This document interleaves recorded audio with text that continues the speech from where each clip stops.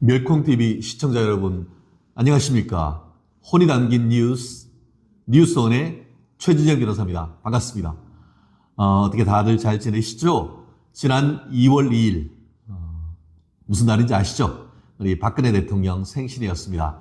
저도, 우리 대구 달성에 있는 박 대통령, 지금 사시는 곳에 가서 또 근처에서 인사도 드리고, 우리 멸콩TV 관계자, 그리고 또, 황교안 전 총리님과, 우리 할머니 곰탕에서 맛있는 곰탕도 한번 한 그릇 하고 왔습니다.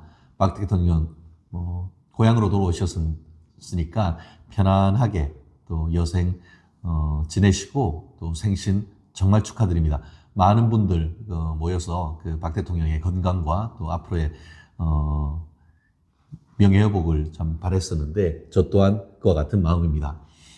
이제, 우수, 경칩, 이제 얼마 안 남았죠? 이제 입춘이 지나니까 입춘 대기를 하셔가지고, 우리 멸콩TV, 시청자 여러분도 집안과 직장, 개인적으로 좋은 일 가득하기를 기원하겠습니다. 오늘 네 꼭지 준비했습니다.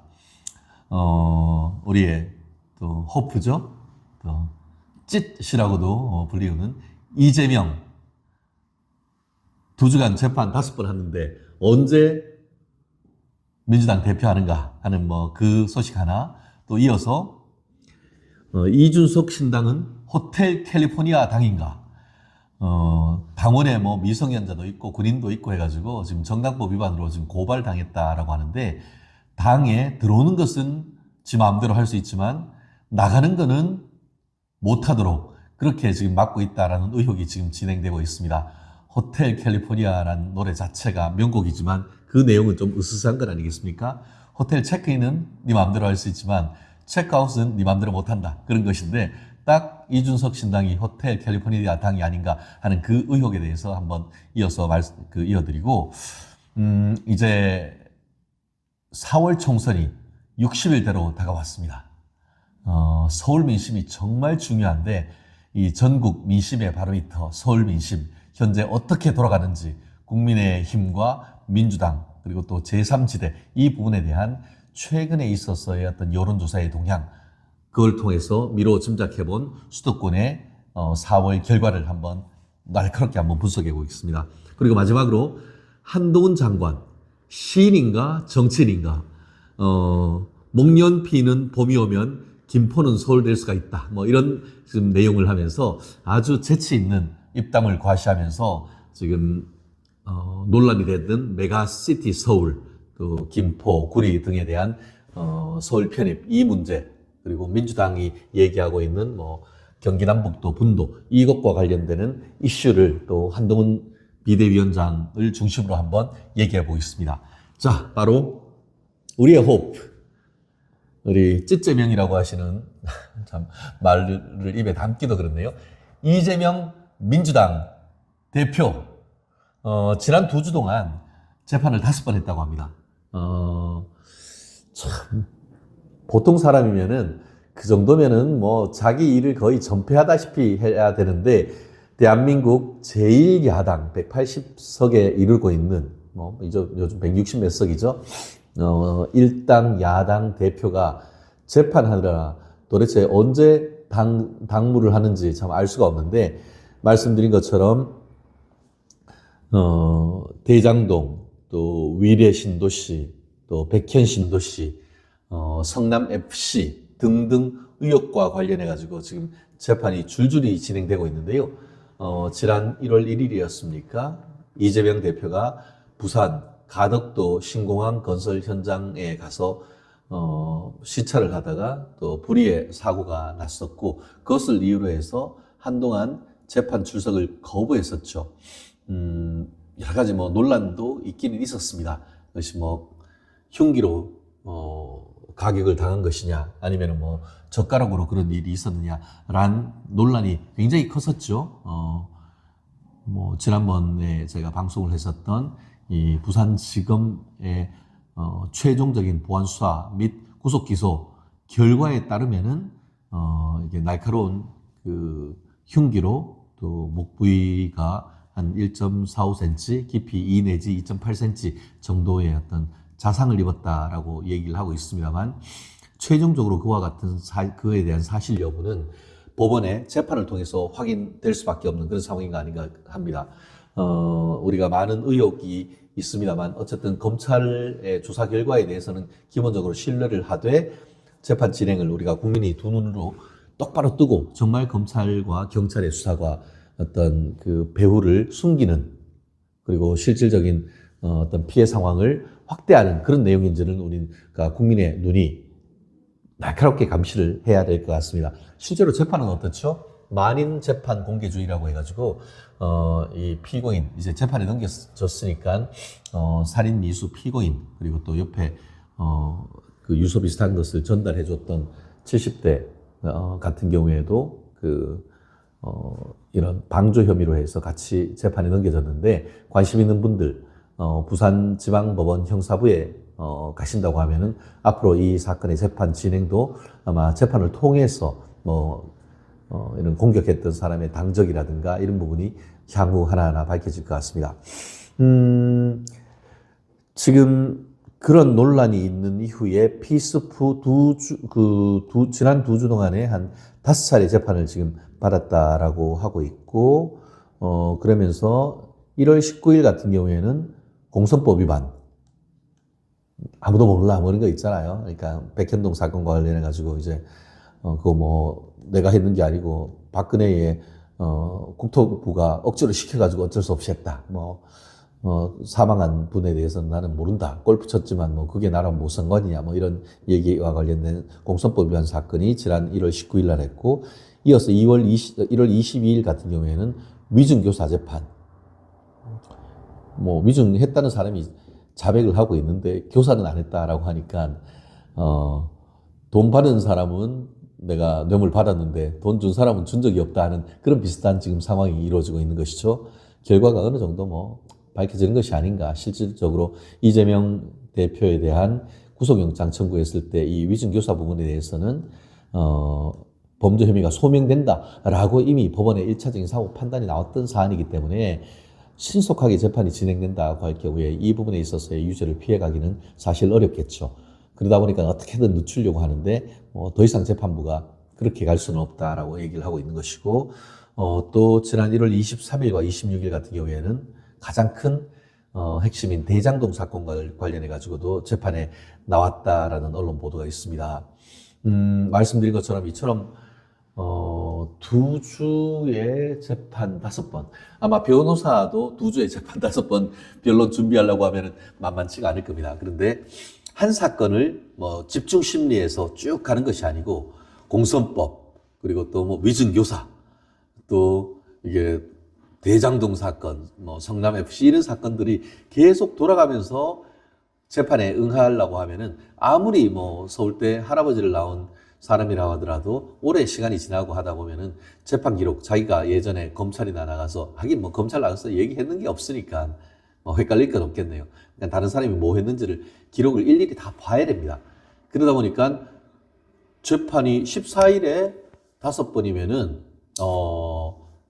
이틀에 한 번 꼴이네요. 주말 빼고 거의 이틀에 한 번 꼴로 되는데, 그러면은 가기 전날 재판 기록을 빡세게 봐야죠. 그래서 가서 지가 물을 것도 생각을 하고, 또 갔다 오면은 또 내가 뭐 했나 또 보고도 받아야 되고 하기 때문에 사실상 자기 형사 재판, 사법 리스크를 회피하기 위한 일을 계속 집중으로 해야 되기 때문에 안 그러면 깜빵 가는 거죠. 그러다 보니까 가장 핵심이라고 할 수 있는 다가오는 4월 10일 총선에 있어서 선거구 획정이라든가 아니면 비례대표를 병립형으로 갈지 아니면 준연동형으로 갈지 이런 부분에 대해서 지금 최근에 민주당은 아예 당에서 결정해서 이재명 대표한테 완전히 위임한다. 참, 정당을 넘어서 대한민국 민주주의에서 정말 중요한 사안을 당 대표한테 위임한다?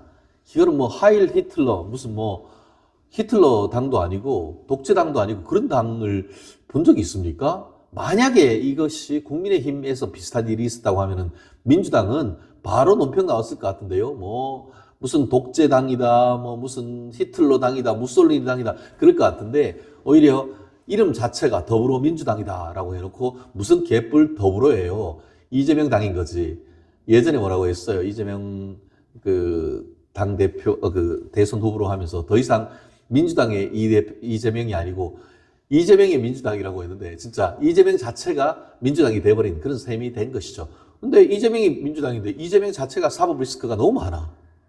일을 못해. 자기 개인 사법 리스크를 지금 감당하는 것만 해도 지금 버거워가지고 거리고 있는데 거기에다가 비례대표 제도에 대한 결정까지도 이재명한테 다 맡긴다? 아예 그냥 무슨 뭐 카이사르를 만들든가 모든 권한을 그냥 이재명 대표가 다 쥐고 있고 공천권 쥐고 있지. 이제는 뭐 비례대표를 어떻게 할지에 대한 결정 권한까지 다 있지. 자, 대한민국 건국 이후로 이와 같은 야당 대표가 있었는지에 대해서는 아마 없었다는 것이 정답 아니겠습니까? 지금 또 그 얘기 드렸던 그 대장동 재판과 관련해 가지고 법정에 나와 가지고는 유동규 전 성남개발공사 사장 직무대리 같은 경우에도 그때 이렇게 나와서 증언하고 뭐 주위 분들하고 이렇게 뒤풀이 하고 소주 한잔 한 다음에 이 대리운전 기사하고 이제 집에 가다가 고속도로에서 8톤 트럭이었습니까? 11톤 트럭이었습니까? 부딪히는 사고가 있었잖아요. 그 사건 때문에도 이 유동규 씨가 제대로 재판에 못 나와가지고 재판이 많이 지연되고 있었는데 그러다가 또 이번에 유동규 씨는 이제 건강이 회복돼서 나 적극적으로 증언할 거야 라고 했는데 이제는 뭐 이재명 대표가 또 그런 테러 논란, 흉기에 의한 습격 논란이 있으면서 재판이 계속 늘어졌던 거예요. 참 제가 형사사건이나 다른 재판하면서 이런 외생적인 요인에 의해서 이렇게 재판이 지연되고 하는 케이스는 참 보기 드문 케이스 같습니다. 어떻게 이재명 재판과 관련만 되면은 재판이 외에서 이런 일들이 계속 일어나죠? 이게 우연히 몇 번 겹치면은 필연이다라고 하는데 우리가 무슨 뭐 굳이 음모론을 얘기하지 않는다 하더라도 너무 이례적인 일들이 이재명의 재판과 관련해 가지고는 계속 일어나니까 뭐 지금까지 제가 기억하기에 극단적 선택, 자살한 사람만 해도 한 5명이 가까이 이르고 있고 재판과 관련되는 사람이 뭐 교통사고 당하고 아무튼 도저히 좀 약간 뭐라고 해야 되나?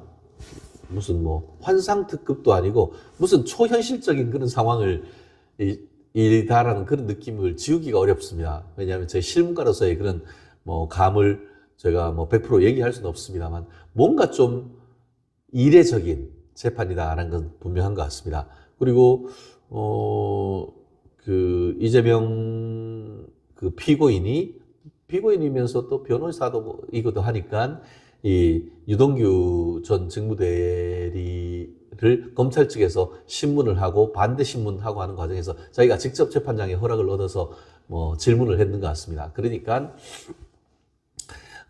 유동규 씨가 그러니까 이재명이 유동규 보고 야 당신 뇌물 요청하고 했지 않아 3억 원 하니까 우리 유동규 씨가 소설 쓰지 마쇼. 당신 정진상이 앞에 딱 가려놓고 정진상이 방탄막 쳐놓으면은 당신 하나도 안 받을 것 같고 하나도 재판이 어떤 그 무탈할 것이다 생각하는데 그렇지 않다라고 하면서 법정에서 아주 그냥 난타전이 벌어졌고 재판장이 급기야 끼어들어가지고 그 정도면 됐다라고 하면서 이제 서로의 어떤 그런 뜨거운 상황을 말리는 그런 상황이 좀 벌어진 것 같습니다. 설왕설래에서 누구 말이 맞느냐? 과연 유동규의 말이 맞느냐? 이런 부분과 관련해가지고 지금 이재명으로서는 어떻게든 유동규를 타격해서 유동규의 말에 신빙성이 없음을 입증해야 되는데 옛날에 어떻게 했죠? 관련되는 사람들 이미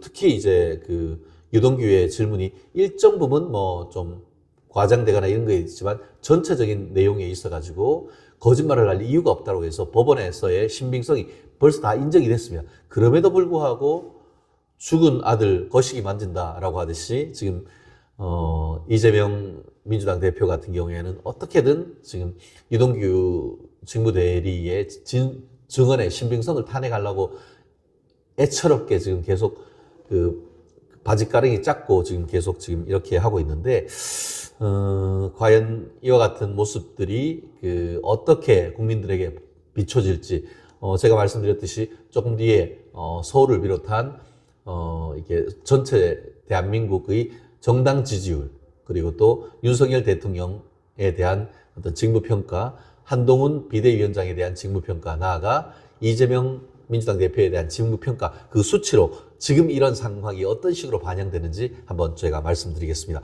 아마 어쨌든 간에 지금으로서는 일주일에 두세 번 재판 나가면은 사실은 일상생활, 그것도 민사사건도 아니고 형사사건이면은 그 스트레스 때문에 일상생활도 상당히 어려운 상황입니다.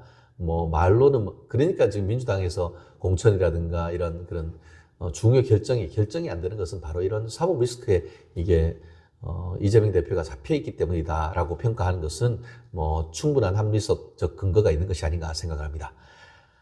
자, 또 2월 달에 이재명 대표의 재판 또 기대해 보고요. 자, 이어서 이번에는 이준석 신당. 이준석 신당은 호텔 캘리포니아 당인가가 이가 제가 뽑은 헤드라인입니다. 제가 아까 잠깐 말씀드렸죠. 호텔 캘리포니아, 이글스의 명곡 아닙니까?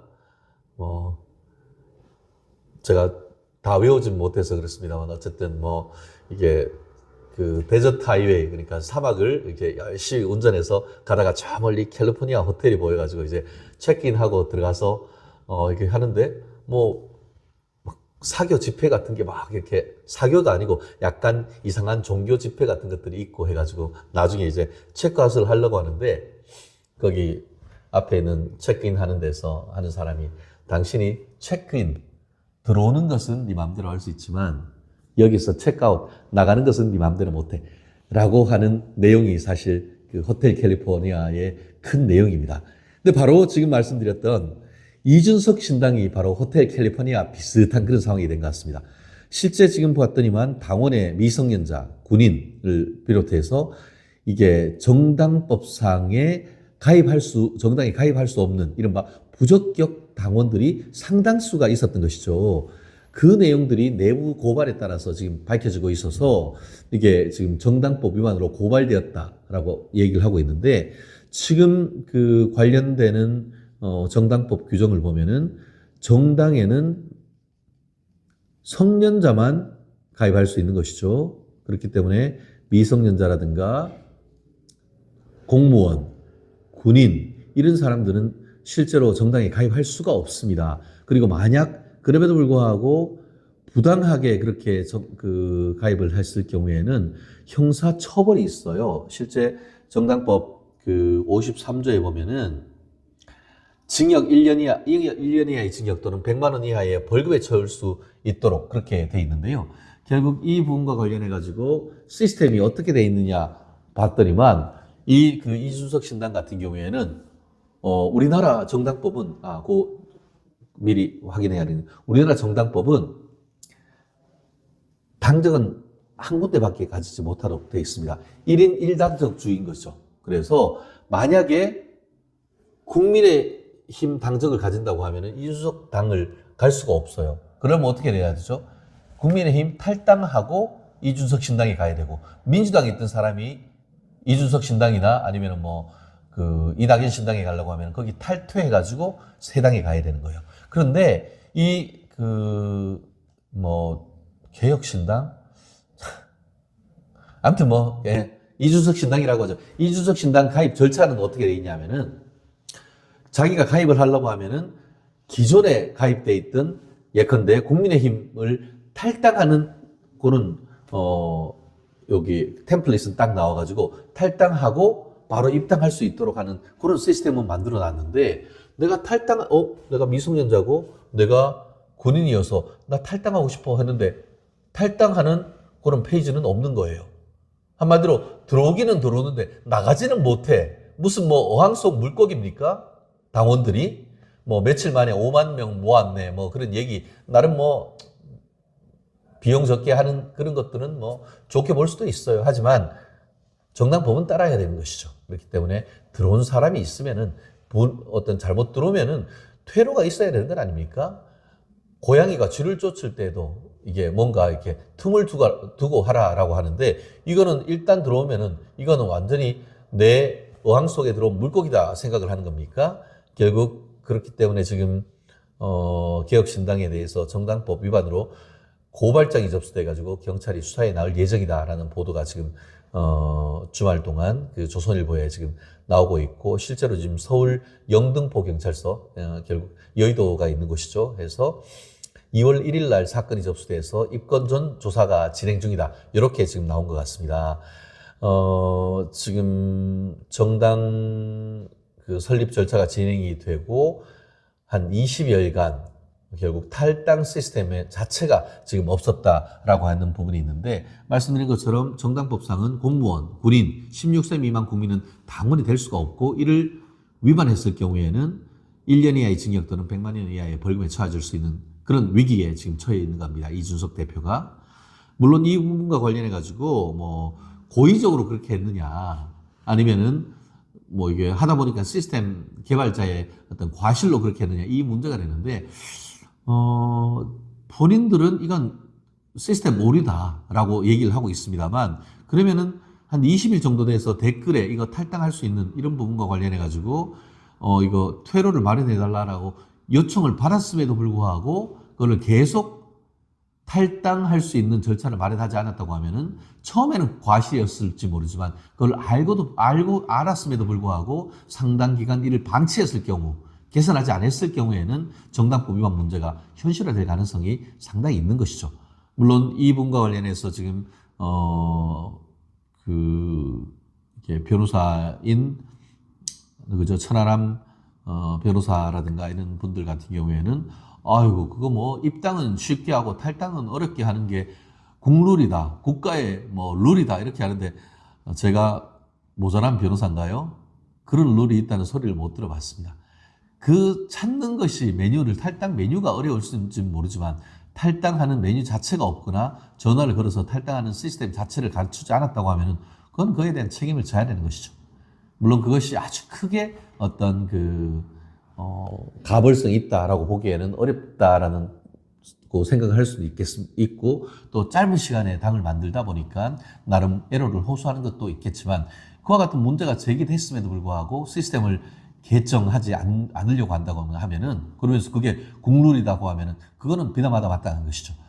이준석 신당, 호텔 캘리포니아 당이라고 하는 그런 비판을 면하기 위해서는 신속하게 부적격자들에 대한 탈당 시스템 반드시 만들기를 바랍니다. 괜히 별달 수는 없는 건 아니겠습니까? 한번 기대해 보겠습니다. 네. 자, 이어서 또 말씀드린 4월 총선 바로미터 서울 민심을 한번 알아보겠습니다. 자, 제가 쭉 한번 봤더니만, 그래요. 제가 이게 딱 옆에 탁 뜨면 참 좋겠는데, 지난 1월 달에 이제 뭐 60일 다가왔는데, 서울 민심이 여전히 안개 속이다.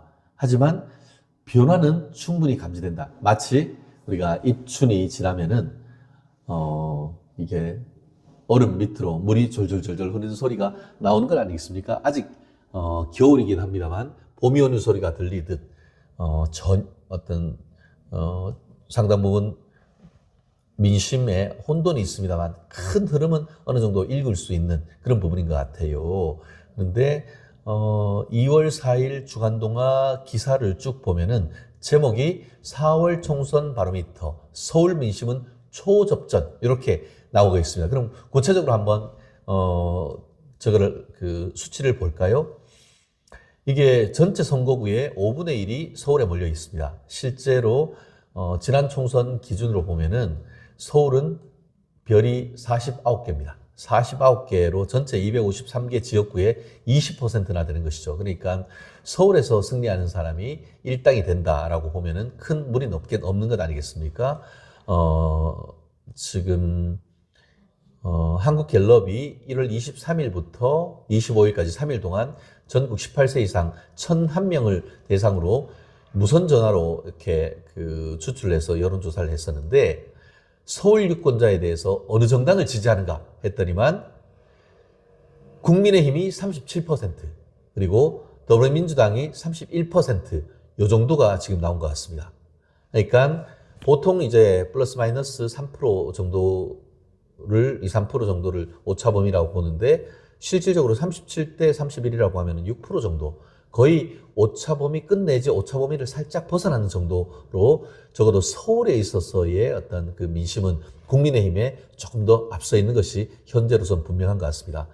뭐 그렇다고 이게 뭐 확정된 것이냐, 그런 건 아니죠. 그렇지만 전체적인 흐름을 봤을 때에 적어도 서울 중도 표심, 2030 표심이 살짝은 어쨌든 국민의힘에 쏠려 있다라고 보는데, 실제로 말씀드린 것처럼 37대 31 정도가 되고 정의당이 4% 정도가 된다고 합니다.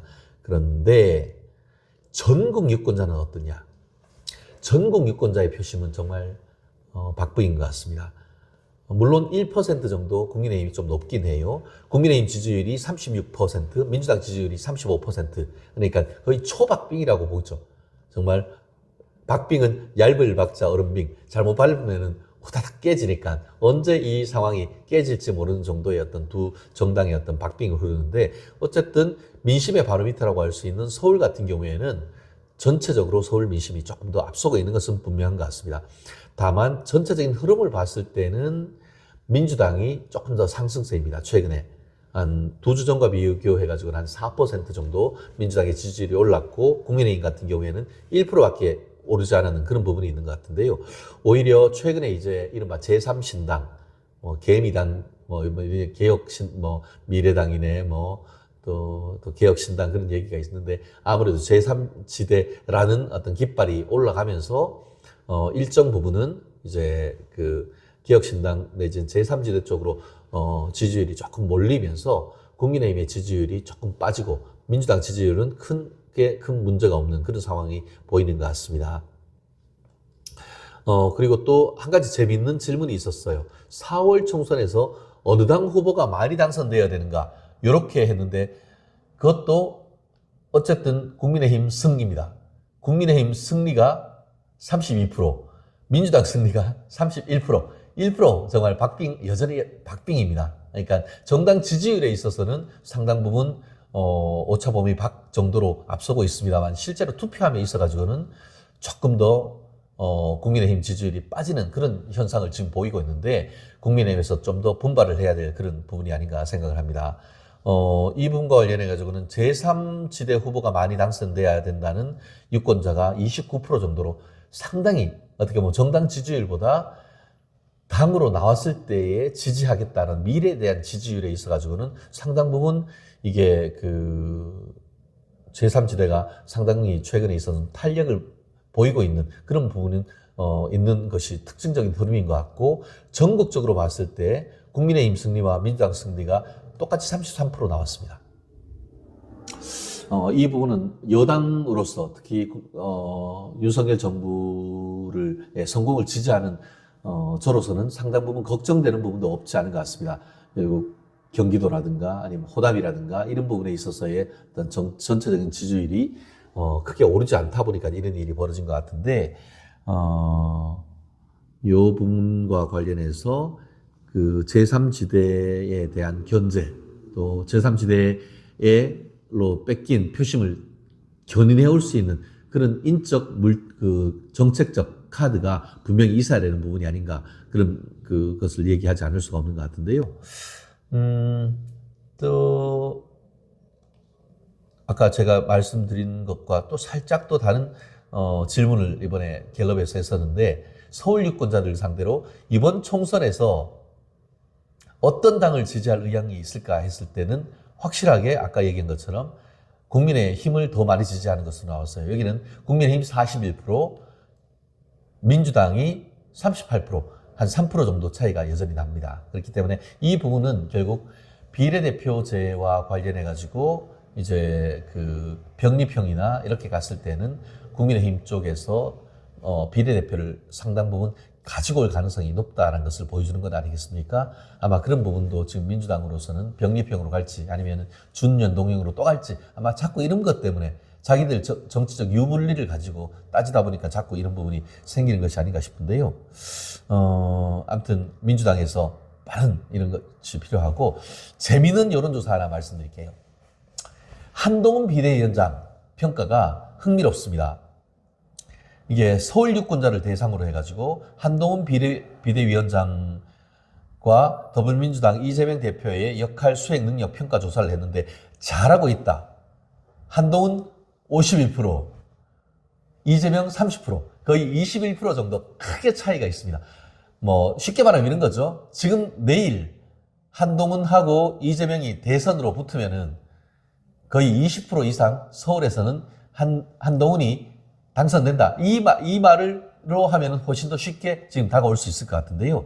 실제 지금 이 내용과 관련해가지고 한동훈 장관에 대해서는, 지금 서울에서 51%가 잘하고 있다고 하는 반면에 부정평가는 42%. 부정평가도 뭐 낮다고 보긴 어렵습니다. 그렇지만 긍정이 훨씬 더 높고, 이재명에 대한 평가는 잘하고 있다가 몇 프로인지 아십니까? 30%입니다. 잘 못하고 있다는 것이 64%입니다. 근데 이분과 관련해서 마냥 또 웃기가 어려운 것이 윤석열 대통령이 직무수행 평가에 대한 서울 유권자의 어떤 평가가 잘하고 있다가 30%, 잘못하고 있다가 64%입니다. 한마디로 이재명 민주당 대표 그리고 또 윤석열 대통령에 대한 지지도와 어떻게 보면 잘하고 있다가 30%, 못하고 있다가 64%, 이재명과 윤석열 대통령에 대한 평가가 실질적으로 거의 서울 시민 사이에서 똑같은 이런 패턴을 지금 보이고 있기 때문에 이번 추석 민심 정말 굉장히 중요한 시절 아니겠습니까? 윤석열 대통령이 한국방송공사 KBS에 이제 대담을 통해 가지고 여러 가지 이슈에 대해서 국민들에게 진솔하게 다가가고 소통을 통해 가지고 새로이 또 올해의 비전을 보이면서 이 지지율을 견인해 갈 수 있었으면 하는 그런 바람, 아마 저뿐만 아니고 우리 멸콩TV 시청자들 똑같은 마음이시지 않겠습니까? 우리 한동훈, 윤석열 화이팅! 한번 기원을 하면서 내년 총선에 정말 승리를 한번 다짐해 봅니다. 네. 자, 또 이어서 그러고 보니까 이제 마지막 꼭지네요. 기억나십니까? 한동훈 시인인가 정치인인가? 이게 목련꽃 피는 봄이 오면 김포는 서울이 될 것입니다. 참 감각적으로 언어를 구사한다라는 그런 생각이 있죠. 뭐 꽃 피는 봄이 오면 뭐 이렇게 어떤 우리의 통속적인 이은하 씨의 꽃 피는 봄이 오면서 진짜 어릴 때 너무 하도 들어가지고 했던 것 같은데 김포가 서울이 될 수 있다. 이거를 단순히 그걸 넘어서 우리가 목련꽃 피는 봄이 오면 김포는 서울이 될 수 있다. 아시다시피 개나리, 오늘 지난 주말에 제가 낙동강 가에 가봤더니만 벌써 개나리가 좀 피고 있더라고요. 좀 성급하게 세상 밖으로 나왔는데 조금 얼어 죽지 않을까 좀 걱정인데 3월 달에 진달래가 피고 4월 달이면은 이제 목련이 피는 건 아니겠습니까? 결국 내년 4월 총선에 승리를 해서 법 개정이나 이런 것을 통하여서 김포를 서울로 편입하는 그 절차를 실천하겠다. 이런 것을 아주 감각적인 언어로 참 잘 표현한 것 같습니다. 저도 이제 뭐 목련이 피기까지는 뭐 이런 것도 있고 오내사랑 목련하야 뭐 이런 좋은 노래도 있습니다만 아마 우리 기성세대들한테는 목련이 피는 봄이 오면 김포가 서울이 되어 있을 것이다 라는 그런 얘기가 아마 상당 부분 아주 쏙 귀에 들어오는 그런 워딩인 것 같습니다. 실제로 지금 한동훈 비대위원장이 지난 3일 김포검단 시민연대가 주최하는 5선 GTX-D 노선안과 관련해 가지고 이제 모임하는 데 가가지고 시민이 원하면 저는 국민의힘은 한다 이렇게 얘기했습니다.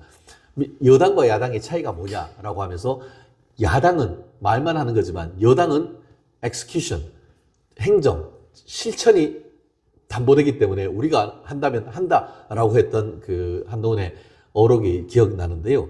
이번 같은 경우에도 보면은 그 경기도가 너무 커졌다라고 하면서 너무 크다 보니까 경기도민들의 삶을 꼼꼼하게 다 챙기지가 못한다. 그에 대한 대안이 뭔가? 그게 바로 이른바 메가시티 서울로서 김포라든가 구리라든가 아니면 의정부 내지는 과천 이런 부분에 대한 과천 의왕을 조금 더 그 서울로 흡수를 함으로써 정말 전 세계적 경쟁력 있는 서울로 만들었겠다라고 하는 것이 국민의힘의 어떤 그 이번 총선에서의 상당히 큰 전략 중에 하나이기도 했었던 것이죠. 반면에 이 부분과 관련해 가지고 민주당 같은 경우에는 그게 무슨 말이냐, 그렇게 하면은 지방 다 죽는다라고 하면서 지난 대선 때 경기 남북도로에서 도를 구별하는 분도 전략을 지금 가지고 왔었던 것이죠. 그런데 분도를 하니까 서로 남도로 경기 남도로 가려고 하지 북도로 가려고 안 해요.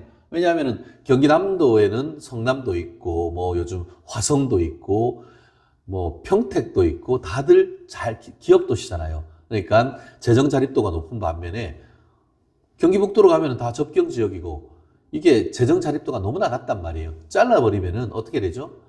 경기 북도는 그냥 나 죽으란 말이냐, 이런 문제가 지금 생길 수 있는 그런 상황 속에서 메가시티라고 해서 오히려 더 크게 수도권을 가지고 가자라는 얘기가 나오니까 서울과 경기도의 민심이 국민의힘으로 쫙 쏠리는 것이죠. 그것에 대해서 민주당 쪽에서는 어떻게든 지금 반대하고 있는데요. 한동훈 그 비대위원장이 참 정치적 감각이 놀라운 것은 본인이 비대위원장이 되기 전까지는 국민의힘은 메가시티 서울로 이 경기도에 있는 도시를 서울로 편입시키겠다, 이런 쪽으로 나오고, 민주당은 경기 남북도를 분도하자라고 얘기를 했는데, 저는 동료 시민이 원한다고 하면은 편입 전략으로 와서 그 메가시티 서울도 할 수도 있고, 아니면은 진짜 시민들이 원한다고 하면은 민주당이 얘기하고 있는 경기 남북도 분도도 가능하다라고 해서 굉장히 어떻게 보면은 정책적으로 열어놓은 상태에서 민주당의 이슈까지 한꺼번에 다 끌어안아 버려서 민주당이 어떡하지? 이런 민주당을 이른바 멘붕에 빠뜨리는 멘트를 지금 날려버렸단 말이에요. 그래서 지금 현재 민주당이 어떻게 될지 모르지만 어쨌든 메가시티 서울로 가서 이 김포를 서울로 편입할지 아니면은 경기 남북도를 가를지, 사실 경기 남북도 가를 때 같은 경우에는 가른다고 하니까 제일 불만이었던 그 시민들이 김포 시민이었습니다. 원래 민주당 계획으로 하면은 그 경기 북도로 가려고 했었거든요. 야, 그러니 나는 그냥 서울 가겠어, 이렇게 돼버린 거예요. 그러면서 시민들이 반했기 때문에 결국은 국민의힘 같은 경우에는 서울이 결국 내륙 도시였지만 김포까지 연결이 될 경우에는 해양 도시로서의 어떤 그런 면모까지 갖추면서 메가시티로 갈 수 있는 그런 그 전략이 지금 펼쳐지고 있는 것 같은데, 어쨌든 간에 그것이 어쨌든 여론을 최대한 수렴을 해서 동료 시민들이 바라는 방식으로 나가겠다고 하면서 민주당의 아젠다까지 끌고 와버려서 민주당으로서는 지금 완전히 멘붕일 거예요. 이거 어떻게 하지? 총선을 앞두고 제3의 어떤 대안을 또 만들어내야 되는 그런 난감한 그런 입장이 처했다는 점에서 정치인인가 아니면은 신인가 했는데 신적 감각을 가진 정치인이다. 전 나름대로 그렇게 평가를 하고 싶습니다. 그래요. 오늘 또 이재명,